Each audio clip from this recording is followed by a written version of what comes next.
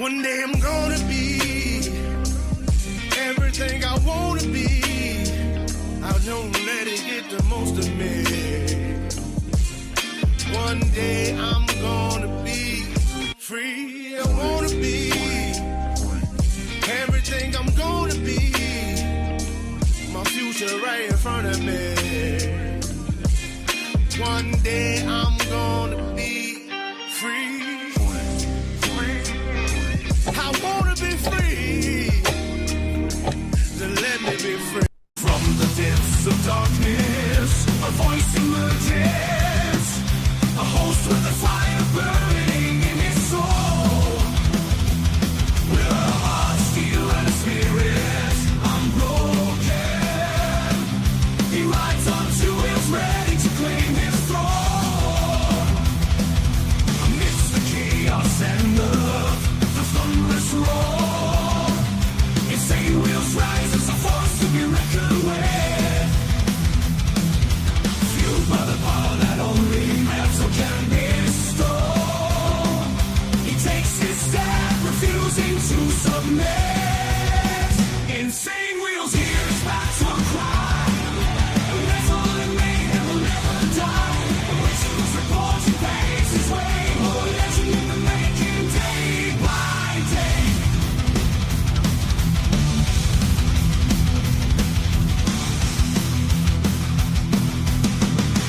Happy freaking hump day to you legends. Hopefully everyone's enjoying themselves so far. I definitely know the fuck we are. Shit. All right, ladies and gentlemen, we do have quite a wild morning set up for us. I think that you guys are somewhat keen onto what we're going to be talking about today. We were talking about the vote that was to be happening yesterday about the Epstein files. And we have officially gotten a little somewhere with this whole thing. So let's go ahead and break this down.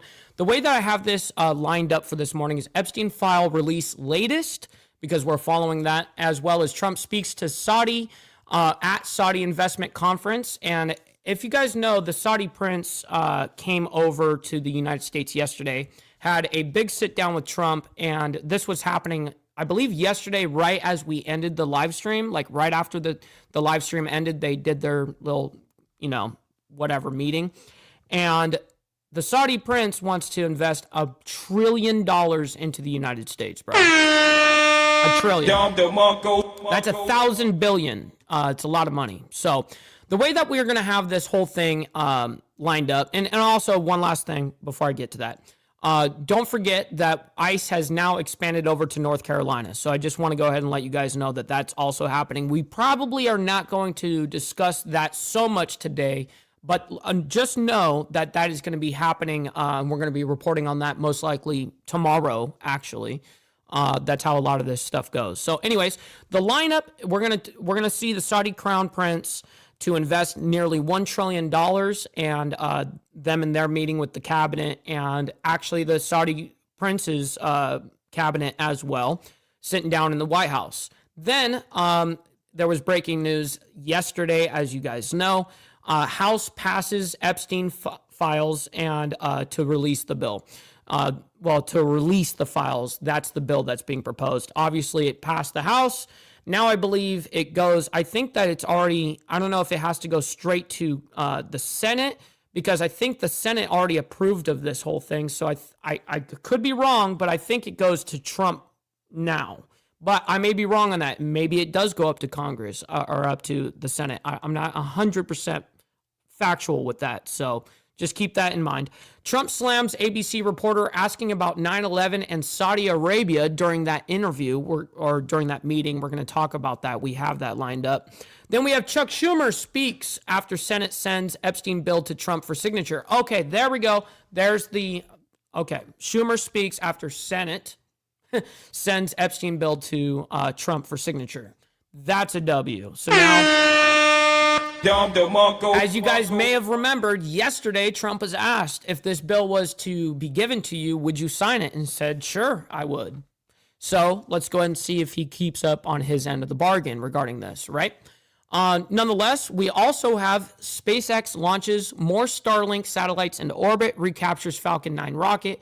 And of course, we we gotta love, the rocket and the science and of space and shit like that. I don't know. It's fascinating. Then we're going to talk about Texas redistricting, such as gerrymandering and stuff like that. Federal court blocks new congressional map. We're going to definitely get into the weeds of that for sure. Trump admin announces dismantling of parts of the education department, the Department of Education, as well as Carnival Cruise death. This just happened 2 hours ago. FBI looking into step sibling of teen found dead under bed.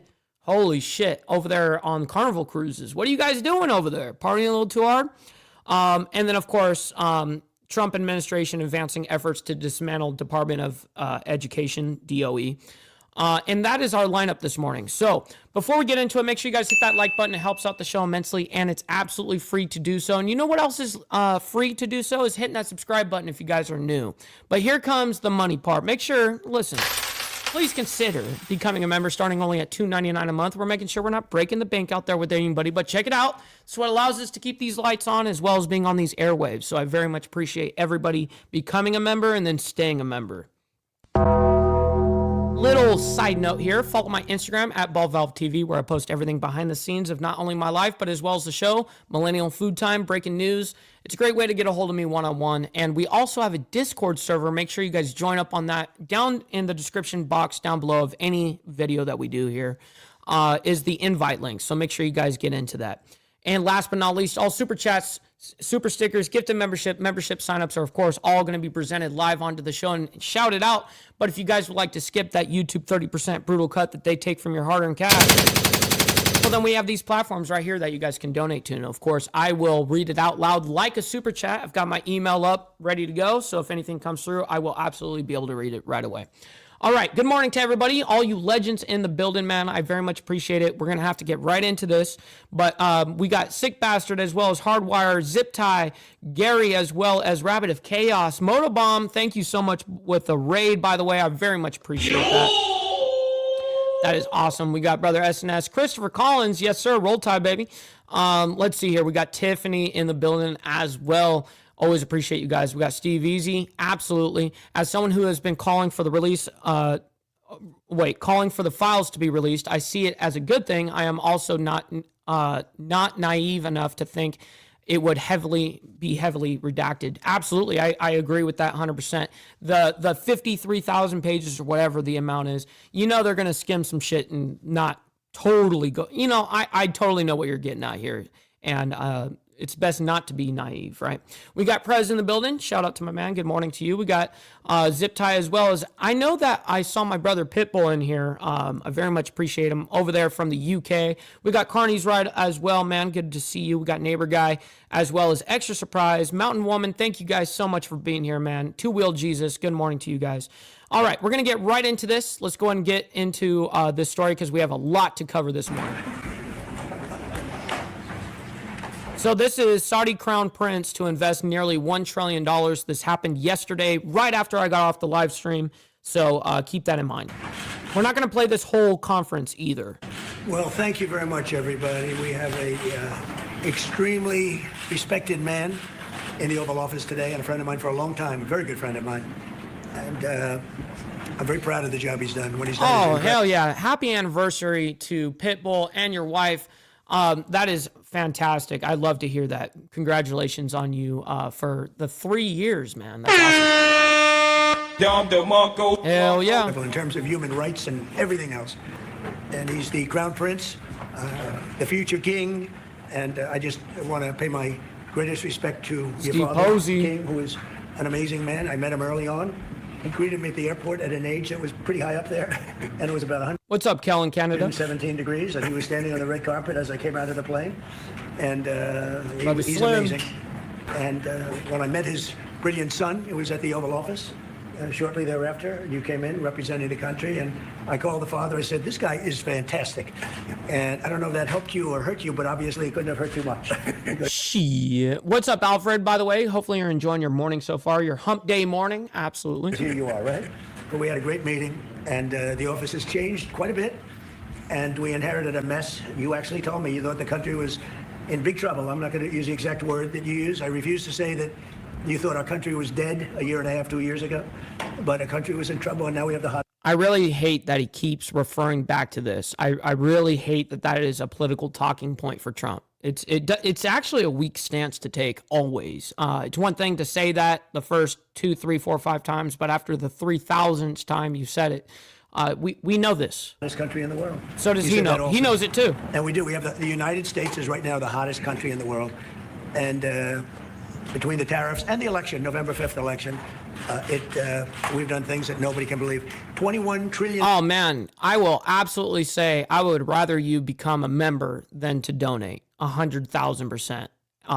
But thank you for asking that, SNS. By the way, Hardwire, speaking of membership, comes in for 16 months, by the way, saying everyone tune in to the annual Thanksgiving special time. The time is to be announced, and absolutely.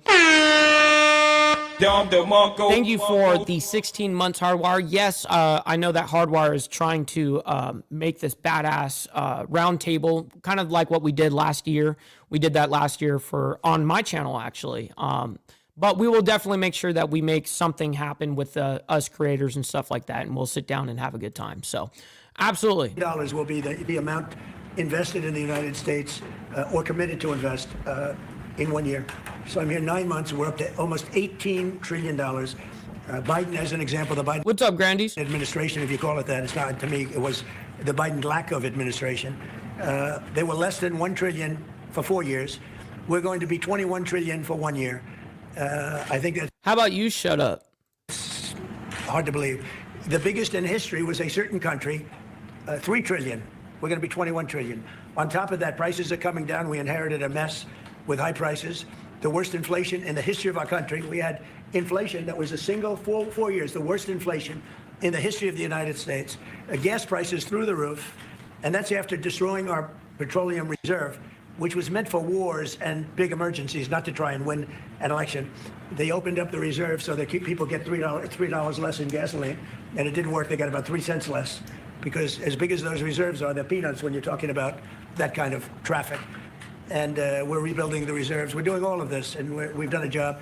We're also bringing down prices very substantially, and we've already brought them down very, very substantially. Gasoline is way down. I think you'll be seeing $2 gasoline, but we're now at $2.50, $2.45. Some are lower than that. It was $4.50, $5, $6, $3.50, $3.75, under Biden, all different numbers, but way high. And we have energy way down. But the biggest thing to me, because I know what it means in jobs, is the fact that we're at over $17 trillion, Scott, and we expect to be around 21 trillion.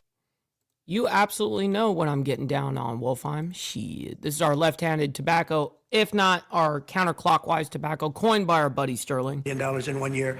And that's many times bigger than in history. The highest number was $3 trillion. And we're going to be at 21 trillion. That means new plants, new AI, new auto plants. We have auto plants coming in from. So $21 trillion invested.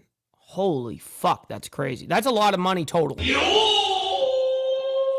I don't know if any other president has brought in anywhere close to that kind of money for the United States, objectively, right? We got Ray's Moto Life up in the building. Great to see you in the chat, by the way. Canada, from Mexico, from Germany, from Japan. Toyota just agreed to invest $10 billion on new auto plants, all American workers. We've never been in a position like this. You can go back to the beginning.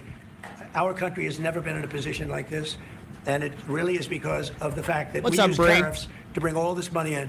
And you're going to see the results in a year when these plants start to open up. We have more plants under construction now than at any time in the history of our country. And these are big plants. These are the biggest plants anywhere in the world. And I want to thank you because you've agreed to invest $600 billion into the United States. And because he's my friend, he might make it $1 trillion, but I'm going to have to work on him. Oh, shit. Well, I'm sure that he's actually going to say it because it says Saudi Crown Prince to invest nearly $1 trillion. And so kind of like similar what happened to Japan when he went over there, he asked for like, I don't know, like $500 billion or whatever. And, or the man that was going to donate or not donate to invest in the United States was like 500 million. And then he's like, come on, let's up that up to $1 trillion or whatever the case is. And then he did it on the spot. It was actually kind of wild to see happen live. But it's 600. We can count on 600 billion, but that number could go up a little bit higher. Yes, sir. I don't know. We'll see. But we appreciate it very much. So Saudi is going to be investing at least $600 billion, and that means investments in plants, in companies, money on Wall Street, and what it really means for everybody that What's up, Kerry? really counts is jobs, a lot of jobs. We have a lot of jobs. So I just want to thank you. We've been really good friends for a long period of time. We've always been on the same side of every issue. I think we've done a great job in wiping out the nuclear capacity of Iran. Nobody else could have done that. No other president would have done it. We had the pilots in the Oval Office right here. We were celebrating a very successful attack.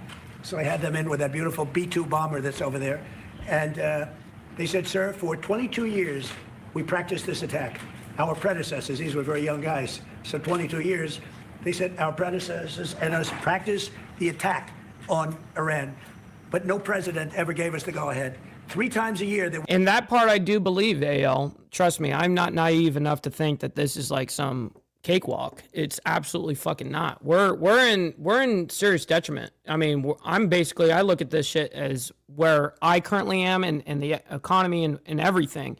I look at, including inflation, all of it, that it's survival mode, baby. Went out and they practiced the attack. Nobody let us do it until you came along, and I let them do it because it was the right thing to do. You can't have a nuclear Iran. And so we put you in a very good position. But I just want to say it's an honor to be your friend, and it's an honor that you're here. And if you'd like to say a few words, but thank you very much. Well, thank you, Mr. President. This relation has been a relation for about 9 decades, and we've been working together for a long time. But today it's very important. What's up, Brennan? Time in our history, because there's also a lot of things that we're working on in the future. We believe in the future of the United States of America. We believe in what you're doing, Mr. President. It's really creating a lot of good things and good foundation to create more economic growth, more business in America. And it will also your work for the world. No kidding comment. Peace. I believe, Mr. President, today and tomorrow we're going to announce that we are going to increase that $600 billion to almost $1 trillion of investment, real investment and real opportunity by details in many areas. And the agreement that we are signing today in many areas in technology, in AI, in earth materials, magnet, etc., that will create a lot of investment opportunities. So you are doing that now. You're saying to me now that the $600 billion will be $1 trillion. Definitely, because what we are signing will facilitate that. I like that very much. Yo, real quick, we got Hank the Hillbilly. My man, thank you so much for dropping the $2, the Canadian dollars at that. You know, maybe that's like 65 cents here. But hey, no, I'm just fucking with you. I always appreciate you, Hank. Thank you very much for your kind donation there. Great to see you in the chat, by the way. Good morning. I appreciate that. That's great. We're doing numbers that nobody's ever done. And I very much appreciate what you said there, by the way. Mike Ball, the greatest news anchor in the United States. I very much appreciate that, kind sir. In all fairness, if you didn't see potential in the U.S., you wouldn't be doing that. Definitely. You don't want to lose money. As you said, Mr. President, it's the most hottest country in the planet. But what you're creating is not about opportunity today. It's about also long-term opportunity in the United States of America that will affect American economy positively in the next coming decades, preparing the right foundation of emerging technologies. That's a game changer for America in a good way, and we want to be part of it. Yeah, we're doing really well. And this, you don't see what we're doing so much because we have, although the construction industry sees it. If you look at Caterpillar, who's been incredible, the tractors, everything else, the numbers that we're doing in construction are unbelievable. Some of the plants that we're building, AI, and they're building their own electric with the plant. I gave them the right to build their own electric with the plant because no country, frankly, will have this. China's working very hard to produce enough electric, but we're beating China substantially at AI, which is a big thing. And we had a great meeting 2 weeks ago with President Xi, but on AI, we're doing well. And I have a man, David Rommel. Yes, sir. David, could you say a few words about what you're seeing on the job front and all of the some of the assets, and also how we've been helped by the Saudis in terms of the kind of investment they've made, please. Yeah, most certainly. Thank you for the opportunity. I am a facility leader for GE Vernova, and if you look at the landscape for GE Vernova investment, over $750 million in the U.S. focused on true manufacturing jobs here stateside.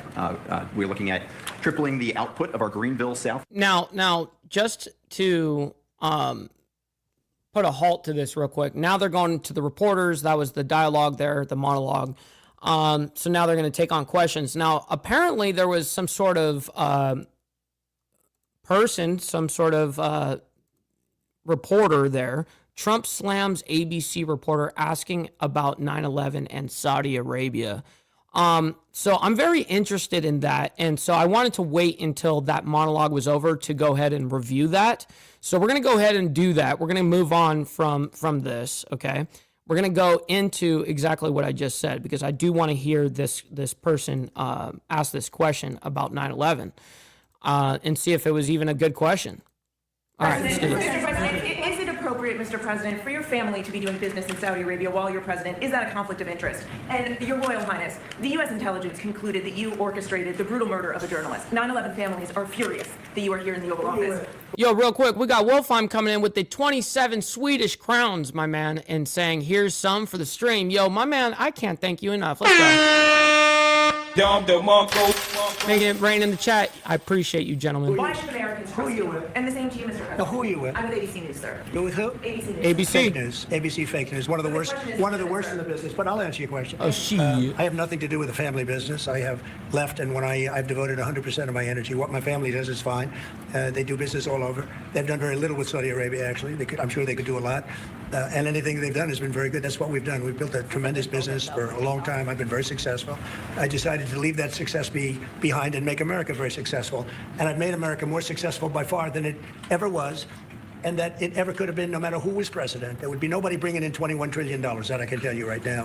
As far as this gentleman is concerned, he's done a phenomenal job. You're mentioning somebody that was extremely controversial. A lot of people didn't like that gentleman that you're talking about. Whether you like him or didn't like him, things happen, but he knew nothing about it. What's up, Josephus? Great to see you in the chat, man. And we can leave it at that. You don't have to embarrass our guest by asking a question like that. Just yes, Mr. President, Please, you allow me to answer. I feel painful about the families of 9/11 in America, but we have to focus on reality. Reality based on CIA documents and based on a lot of documents that Osama bin Laden, he used Saudi people in that event for one main purpose, is to destroy this relation, to destroy. I'm actually surprised that he's answering any of this. Truthfully, I thought that they were gonna just dismiss it after just slamming her. The American-Saudi relation. That's the purpose of 9/11. So whoever buying that means they are helping Osama bin Laden's purpose of destroying this relation. He knows that strong relation between America and Saudi Arabia, it's bad for extremism, it's bad for terrorism. And we have to approve him wrong and to build our relation, to continue developing our relation. It's critical in the safety of the world. It's critical against extremism and terrorism. About the journalists, it's really painful to hear, anyone that been losing his life for, no real purpose or nothing illegal way. And it's been painful for us in Saudi Arabia. We've did all the right steps of investigation, etc., in Saudi Arabia, and we've improved our system to be sure that nothing happened like that, and it's painful and it's a huge mistake, and we are doing our best that this doesn't happen again. Mr. President. Thank you, Mr. President. Real quick before they go into the next question here. We got 162 of you guys in the chat right now. If you guys can do me a favor, make sure you guys hit that like button. If you guys are on the vertical side, make sure you double tap your screen and hit that like button. I appreciate your laborious work on doing that. You don't have to like all the craziness around the world, but you guys can like it for me and my takes and what I do here. So thank you for that. The Crown Prince has been instrumental in helping lifting the sanctions on Syria. Will there be any joint investment between the U.S. and Syria? And will you visit Damascus? Are you from Syria? No, but Where are you from? I'm from Palestine. Oh, you're making a lot of Pakistan. progress, huh? Very good. Well, they like me. The Palestinians like me. He said the Palestinians like me. I think we're working very closely with a lot of people that make everybody happy, including Israel, the Palestinians, and everybody. That's very interesting. No, I think that I will tell you, the Crown Prince called me, and he specifically asked me if I would lift the sanctions on Syria because he wants to see Syria make it.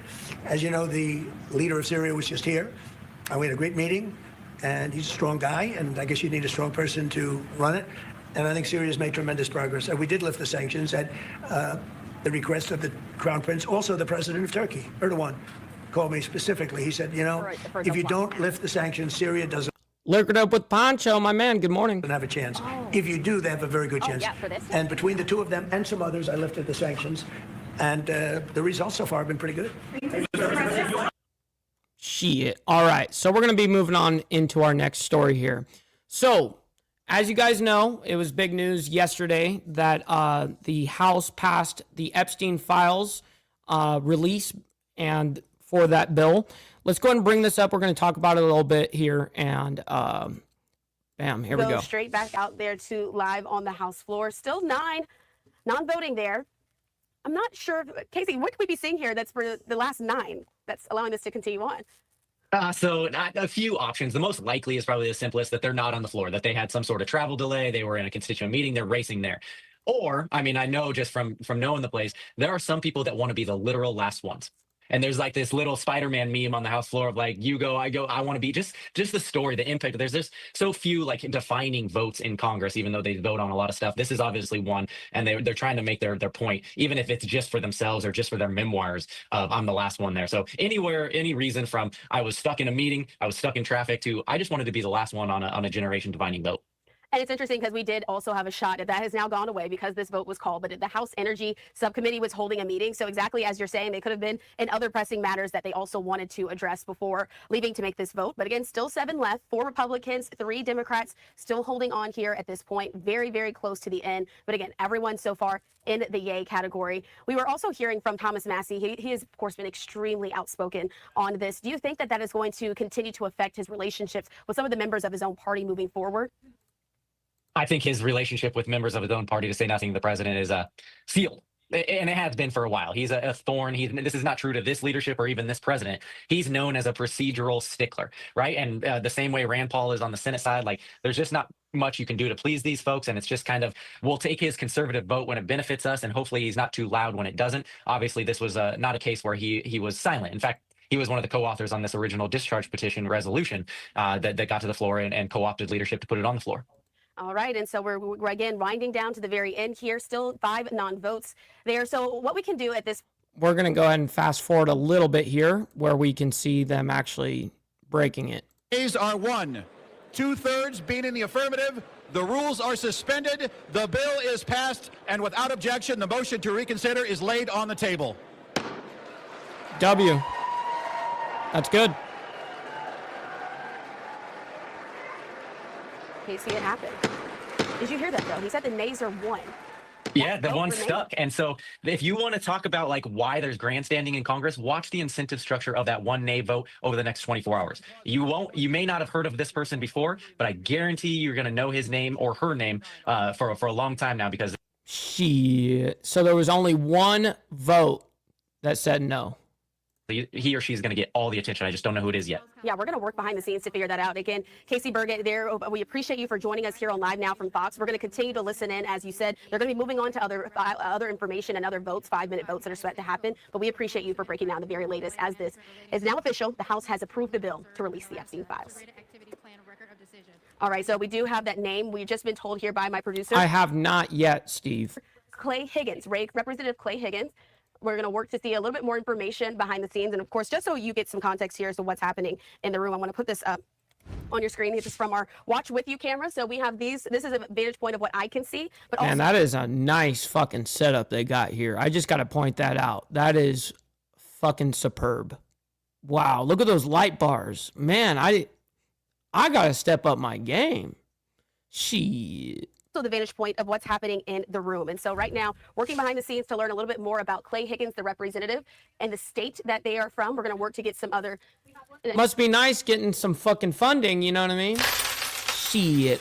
Yes, I do take Super Chats, Cash App, Venmo, PayPal, you know what I mean? Shit. Oh, shit! Oh, just saying. Up there on your screen. Here we go. It's from the representative. I'm going to read it out for you. We just got this up on your screen. This is from his X account. Oh, shit. Saying, I have been a principled no on this bill from the beginning. What was wrong with the bill 3 months ago? So this is the guy that... Okay, okay, never mind. Today. It abandons 250 years of criminal justice procedure in America. As written, this bill... Wait. This is the one guy that is the no. Oh, shit. Reveals and injures thousands of innocent people. Here goes the grandstanding. Oh, shit. Who provided alibis, family members. If enacted in its current form, this type of broad reveal of criminal investigative files released to a rabid media will absolutely result in innocent people being hurt. Not by my vote. The oversight... Yeah, from Bumblebee, because, you know, the independent live streamer is you know, now in competition with these motherfuckers, so they got to step up their shit too. Absolutely. Committee is conducting a thorough investigation that has already released well over 60,000 pages of documents from the Epstein case.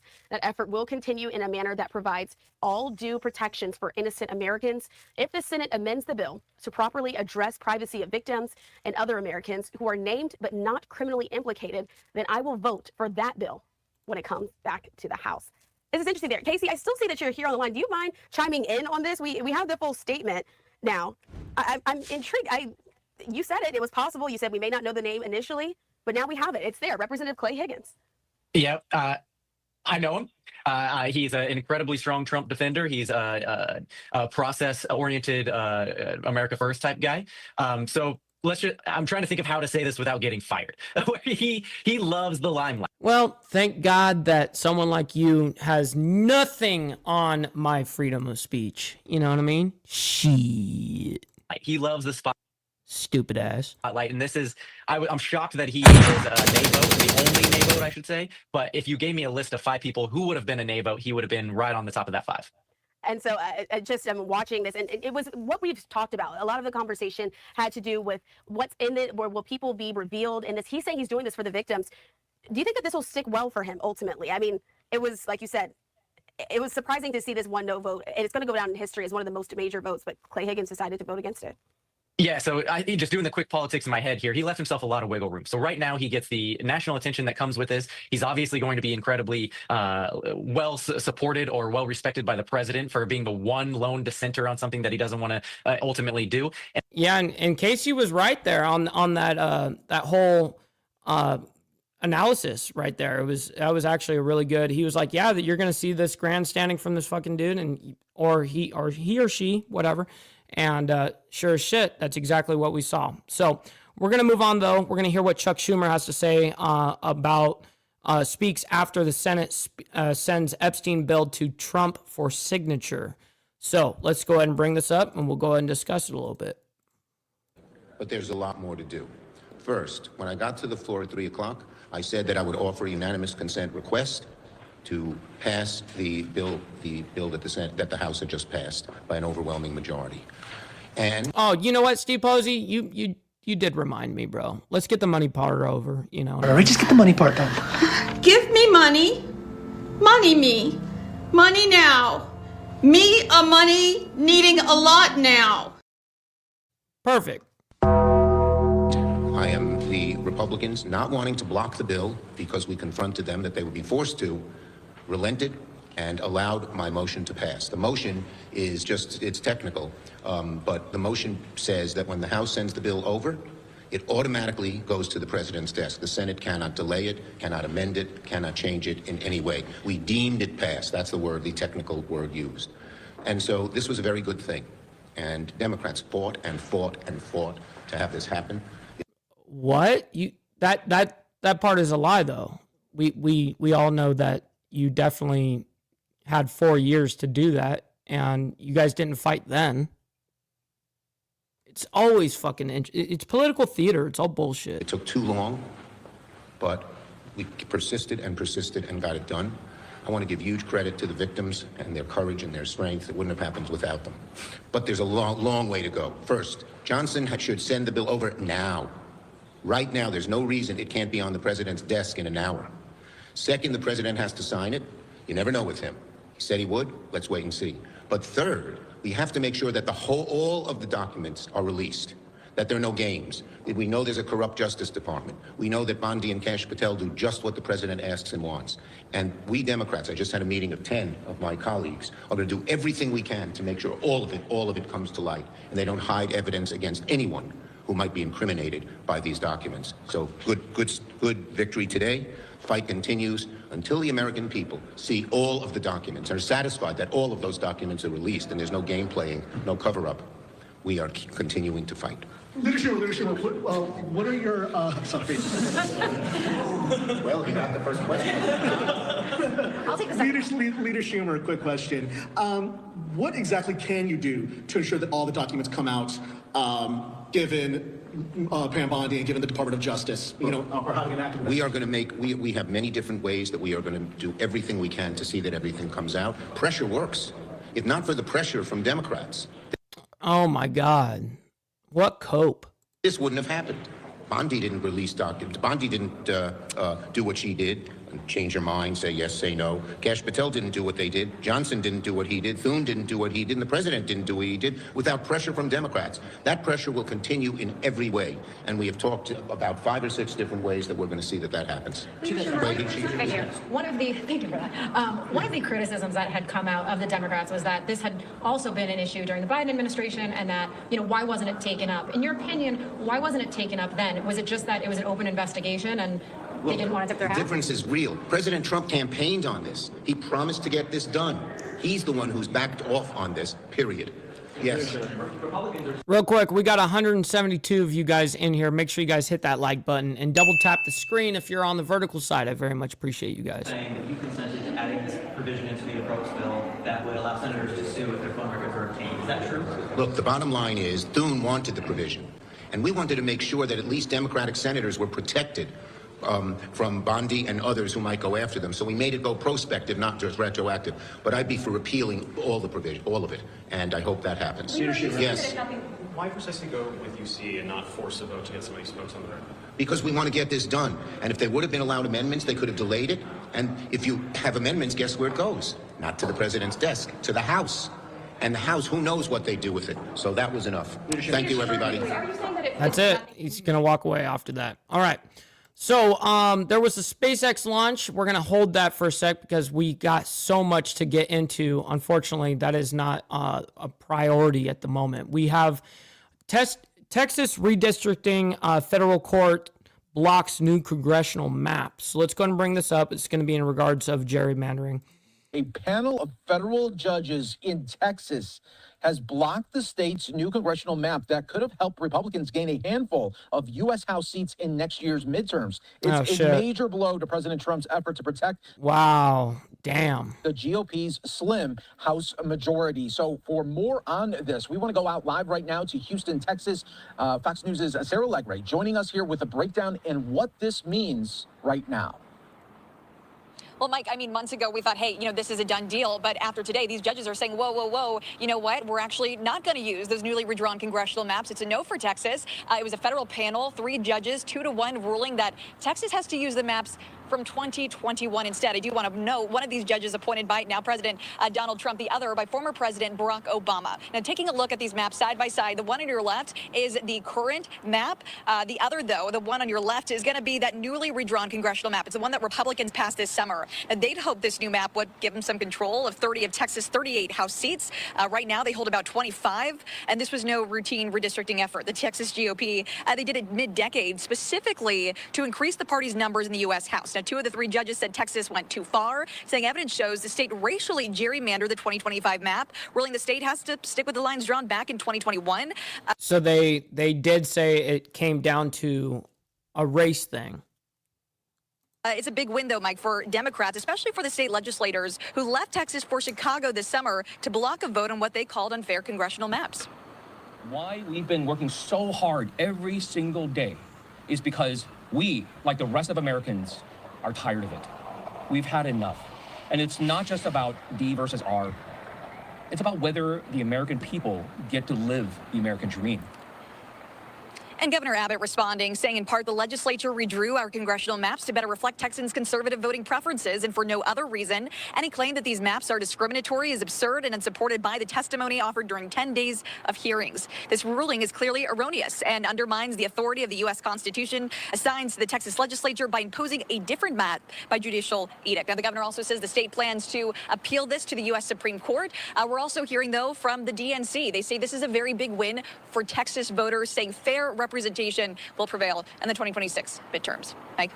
Yeah, and Sarah, such huge news. What does this mean, though, for other states as well when they look at this ruling on the federal side? Yeah, this is a big deal. It's you, Texas. What about other states involved? Well, we have to look at Proposition 50 with the state of California. I think that's where a lot of our minds go. It was a very big win for state Democrats there, but not only for them across the country. So I think it'll be really interesting to see what happens next. I think we're all still waiting to see the potential ripple effect. Do we see these states back off, or do we see them moving forward with this process? I think it's up to the judge to concern whether this is politically motivated or unfair, and an unfair representation, rather, to voters in those said respective states. Yeah, no doubt about that. Sarah Legray, you've been with this from the very beginning. Thanks so much for your reporting. We appreciate all of the updates along the way. Thanks again for being with us on Live Now from Fox. All right, everyone, we do want... All right, and they're going to end up bringing somebody on to discuss this, and I really don't care about opinions. I only give a fuck about the facts. So we're going to move on. Trump administration announces dismantling of parts of the Department of Education. So let's go ahead and bring this up, and we'll go ahead and discuss this right here, right now. This came out 6 hours ago, so this is today. Welcome back. Today, the Trump administration announcing that they are making progress on their pledge to dismantle the education department. Today, the administration announcing that the Department of Education is signing a series of interagency agreements to shift some power from a handful of its offices and programs over to other federal agencies as it works to dismantle the department for good. The Department of Education was established in 1979 under the Carter administration. Standing by is Laura Meckler. She's a national education writer for The Washington Post. The Post breaking this news earlier today. Given today's news, how much progress has been made to dismantle the education department? Let's say that a full dismantling is 100%. Where do things stand as of this latest round of news? 25%, 50%? Where does it stand? I've never really thought of it quite in percentage terms. I'm not sure I can give you an accurate number. I mean, on one level, they haven't gotten far at all because it does require an act of Congress to actually close the agency, and there's been almost no effort on the Hill whatsoever towards that. On the other hand, I think that they've gotten further than a lot of people would have guessed at this point. Real quick, we have 251 people in here. Make sure you double tap the screen on the vertical side to hit that like button on the horizontal, man. Thank you, guys. They've reduced the staff by about half.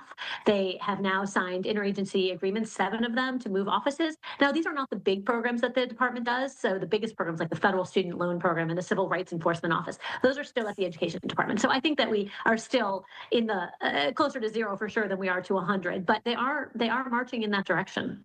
So Education Secretary Linda McMahon wrote an op-ed in USA Today saying the government shutdown proved how little the Education Department will be missed. I'm reading this. She said students kept going to class, teachers continue to get paid, and there were no disruptions in sports seasons or bus routes. Does that assessment feel accurate? What education impacts were you tracking during the shutdown? A bit of a false comparison. I mean, the federal government has never run bus routes for school districts. They don't set curriculum. They don't hire teachers. Those have always been done by local school boards, and most policy is set on the state level. That is the case today. It has long been the case. So that hasn't changed. I don't think we would necessarily expect the day-by-day experience of students in schools to be impacted by the federal government. However, if it got to the point where they couldn't release the money that school districts were expecting, say, to pay for tutoring. Yeah, but that's speculation. Or for special education services, then I think people would start to feel it in a different way. Well, of course, but that's speculation.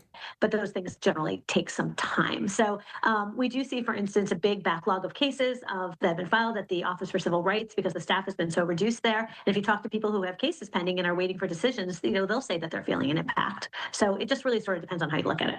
So Secretary McMahon is arguing that the Department of Education is mostly a pass-through for funds that are best managed by the states. Did today's move in any way give more power to the states? That's sort of an irony here because no, it really didn't. I mean, that is certainly how they message about this. They like to talk about returning power to the states. And certainly there are steps that could be taken to do that. You could loosen federal rules, for instance. Most of those are written into the statute, so you would probably need Congress.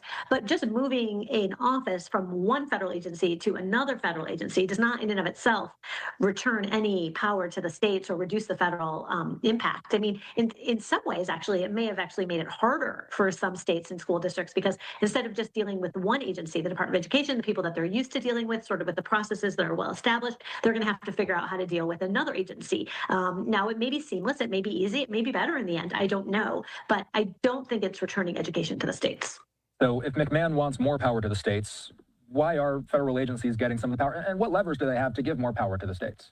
I really don't like these questions. I really want to hear more of the facts of like, okay, how are they going to be dismantling it? Like, I really don't like the speculation aspect of this. Is that's closest to the child and not run from a bureaucracy in Washington, D.C. So the announcement that we made this afternoon was what we are doing to take certain programs that are now part of the Department of Education and what we call signing interagency agreements, and that is that we procure the services of other agencies. It's kind of a bit of a test run.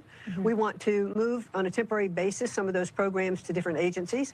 What's up, Stacks, my man? Good morning to you. Great to see you in the chat. Funding still comes from the Department of Education. The management of those programs, the oversight of those programs is still at the department, but we want to see if what we think to be true is that they will function much more in a streamlined fashion and much more efficiently if we relocate those programs into other agencies. And so this is all like guesses here. All right, we're going to move on here. All right. So there was some breaking news that happened 3 hours ago. Carnival Crew's death. The FBI is now looking into step sibling of teen found dead under bed. So let's go ahead and bring this up for you guys. And we'll go ahead and see what's happening here. Turning now to another top story that we're following very closely, and I want to bring up this, a social media post on X, courtesy of Fox News. Take a look. It says documents suggest the FBI is investigating the step-sibling of a Florida high school cheerleader found dead on a cruise ship. That cheerleader is Anna Kepner. She was a student at Titusville High School who mysteriously died aboard that cruise ship. We're going to be joined now with a live report from Fox 35 in Orlando, Amanda Ruiz. And Amanda, I know that Fox 35 is looking into these documents very closely, so what have you found? Good morning. Well, these new court documents reveal that Anna Kepner's stepmother's child could be a focus of a brand new criminal investigation that the FBI is leading. And right now we're learning more as we speak. It's been almost 2 weeks since 18-year-old Anna Kepner died on a Carnival cruise ship. Now, new court documents state the FBI's investigation could become criminal. Quote, a criminal case may be initiated against one of the minor children. This comes from a motion filed by the attorney representing Kepner's stepmother, Chantel Hudson, in an unrelated civil divorce case. In it, the attorney states Hudson should not have to testify in an upcoming hearing because her testimony could be self-incriminating. The document states Kepner was on a Carnival cruise with her stepmother and her stepmother's child when she was found on November 7th. Fox Man, that's terrible. 35 spoke to a criminal defense attorney not affiliated with this case. He says it's Hudson's Fifth Amendment right not to testify. There's no secret, that there is an investigation going on right now, whether it's possibly criminal. We understand that there's no benefit to testifying right now if that could hurt you in the future. It's just best not to give any kind of testimony. It's best not to expose your client to cross-examination, being attacked or being questioned under oath. Damn. Now, I do want to clarify that these court documents that we have obtained do not mention the investigation or Anna Kepner's death at all. They also do not name anyone specific besides the stepmother, who is Hudson. We reached out to the FBI for any details on this case, and we are waiting to hear back. For now, reporting in Lake Mary, Florida, Amanda Ruiz, Fox 35 News. All right, Amanda, thank you so much for your time here. Of course, you are following this very closely. You take care. In the meantime, I want to bring us out to this, a live image that we have over in Port Canaveral. This is in Florida. I want to talk a little bit more about Anna Kepner and who she was. So she was a senior at Temple Christian High School in Titusville, Florida. She was preparing to graduate in spring of 2026, having dreams of joining the U.S. Navy. Damn. And eventually becoming a K-9 police officer. That's according to her family and an online obituary. And this is referencing some reporting from Fox 35 in Orlando. Now, her funeral is scheduled for Thursday, November 20th at a funeral home in her I did not see that, Steve Posey. I'm going to have to look into that. That's interesting. hometown, according to that public online posting. Not good. She did attend several high schools, including Titusville High School, where she was a member of the varsity cheer team. She then moved over to Astronaut High School before joining Temple Christian School. So again, the FBI getting involved in this entire scenario. We are still waiting to get some more details because not a lot of those details have been released in regard to Anna's death. Fox 35 did learn that she... Well, probably because now the FBI is involved in this and they're not going to be, yapping about it for sure until they figure out the facts, right? So we got over 200 of you guys in the chat. Make sure you guys hit that like button and double tap the screen. We're going to be moving on here. We'll talk a little bit more about the efforts of Trump and his administration for dismantling the Department of Education. I have it right here. Let's go ahead and see, instead of speculation from the media, let's see if there's any type of facts that are now going to be laid out. Once again, taking a live look over the White House as we get to the latest here on your top headlines. The U.S. Department of Education handing off some of its biggest grant programs to other federal agencies as the Trump administration pushes forward with a plan to shut down the department. President Trump called for its elimination with an executive action in March, and now 6 new agreements signed by the Education Department will effectively move billions of dollars in grant programs to other agencies. Most notable is one that will put the Department of Labor over some of the largest federal funding streams for K-12 schools, including money for schools that serve What's up, GEG? Good morning. Low-income communities. Opponents urging against the entire plan, arguing that it could disrupt programs that support some of the nation's most vulnerable student populations. Right now, I do want to pop this up on your screen. This is actually a remark from the Secretary for Education. This is Linda McMahon. She appeared on Fox and said, "My top priority is to fulfill the president's mission to return education to the states. Our partnerships mark a major step toward restoring local control and delivering better outcomes for our students." I do want to bring in Jeannie Allen, the founder and CEO of the Center for Education Reform and co-founder of the Yass Prize. Thank you so much for taking the time to join us here. And well, this will be interesting. Helping to break down what the situation is at this point. Good morning, Josh. Good morning. Well, can you start by kind of explaining where we stand right now and what the latest information is as President Trump does work to dismantle the Department of Education? Thank you. I want to know exactly what they're trying to dismantle. Like how? How are you trying to dismantle it? I want to hear that part. I don't want to care. I don't care about the speculation part. Sure. So this is the next step in a long line of efforts the department's making to break up programs in the department. What we have to know is that the department is authorized by Congress. Any major restructuring, shutting down requires an act of Congress. That's a tough sell. So in the meantime, to fulfill the president's Shit, we got Mossad in here. That's not good. agenda, Linda McMahon and her team are making agreements with other agencies, as you said, to take on these programs. So what does this mean? It means that while the oversight for those programs will go to different agencies, labor for post-secondary and elementary, state has international, interior gets Indian education, and so forth. HHS gets some child-related and medical-related programs. The actual responsibility and money for driving those changes happens at the states. In other words, it doesn't actually just transfer bureaucracy, it reduces the amount of people messing around and imploding programs that are actually meant for the kids.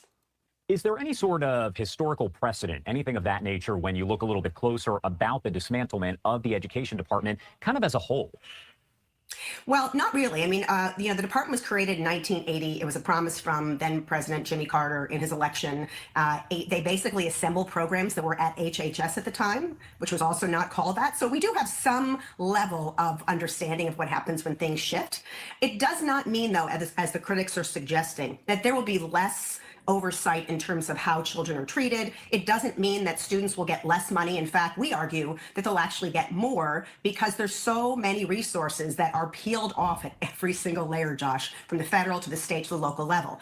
And so if states are smart, and we're cautioning also the department, they have to provide this kind of guidance, right? The Department of Labor, whoever's in charge, has to help states, communities, and local educators understand what their responsibilities are and how they can actually ensure that the money reaches kids. They have more freedom, more. Well, that's good. They need to figure out if we're going to be spending all this fucking money, okay, at least at bare minimum, it needs to benefit the kids.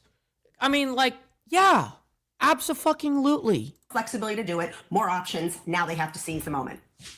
As we continue to follow all of this, do we have... So the dismantling of the DOE, more like just reform and make sure that the money actually is going to the kids and not into pockets of these greedy assholes. An idea of both the short-term and long-term impacts on, let's say, parents, students, and schools in general, as, again, all of this does kind of take shape. Yeah, listen, I'll be honest. It is going to be a little messy. We have a education system across the country that is used to one way of doing things, very top-down, compliance-driven. Districts are required to report up. They often do things in response to what feds and states say, not necessarily in response to parents. So while for leaders of school systems and schools, this may be a little messy, parents need to understand that this actually gives them more power than ever before. They should. Yeah, it's surprising that any kid has to pay money at school lunches. Like, that shit should be paid for. Like, you know what I mean? Like, it's crazy to me that the Department of Education allocates billions and billions and billions of dollars. How do you not have enough money to be able to have free lunches for your kids? Unbelievable. Be going into their schools, into their communities, to their school board meetings and saying, okay, what can we do about this? Not just wait and have something happen to them. This follows a wave of this kind of parent engagement that started pre-COVID and followed and accelerated after that. More states than ever before offering options and freedom for parents, offering more flexibility for teachers. So what do we have to do to make that really stick? You got to get the federal government out of the way of the rank and file. As we kind of see, again, this process continue to play out, what would be maybe some of the indicators that this is succeeding or failing? That's what do people awesome, need to Steve. be watching for as the weeks, months, and potentially years here do progress? Sure. I think one of the most important that may take a little time, but you'll start seeing it in the next 12 to 18 months, is you will see better achievement results on state assessments, maybe eventually on that nation's report card that always shows us a gloomy picture of, fewer than 30% of our kids proficient in math, reading, and just about everything else. So outcomes is one. Two is high satisfaction. Look, we have teachers that the districts and systems are imploding. Teachers leaving and going to start their own micro schools. They're going to do online learning. They're tired of being in a system that's not responsive. I think you could see more people wanting to go into the profession, more teachers wanting to lead their own schools, and more parents engaged in the process. And those are the three most important things we can expect. Yeah, see, if that's true, DOE's budget is $46 billion. Yeah, they can fucking afford to give free lunch for everyone in the nation.